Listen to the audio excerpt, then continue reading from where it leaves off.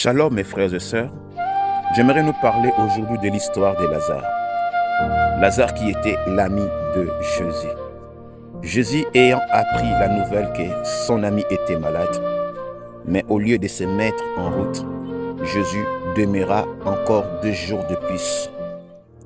Et les 2 sœurs devaient être morts d'inquiétude de voir sur leurs yeux leur frère petit à petit s'approcher de la mort. Ma question est celle-ci. Pourquoi Jésus a pris du temps? Pourquoi Jésus n'est pas venu aussi vite pour secourir son meilleur ami, son ami? Et c'est la même chose que nous vivons étant chrétiens aujourd'hui. Lorsqu'un chrétien passe par des moments difficiles, passe par les épreuves, on attend souvent ce genre de mots. Il prie, son Dieu lui a abandonné. Il dit souvent aux autres qu'il est un enfant de Dieu. Mais pourquoi rien ne change dans sa vie?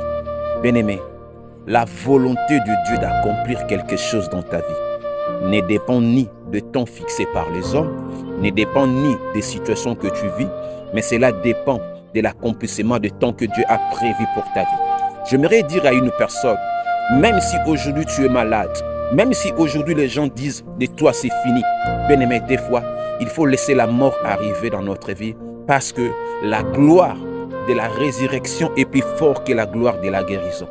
Peu importe le temps où tu passes, peu importe le combat que tu es en train d'endurer, j'aimerais te dire, mon frère, ma sœur, aie confiance. Parce que s'il y a au moins une personne qui n'abandonne pas ses amis, même dans la mort, c'est notre Seigneur Jésus-Christ. Ferme tes oreilles.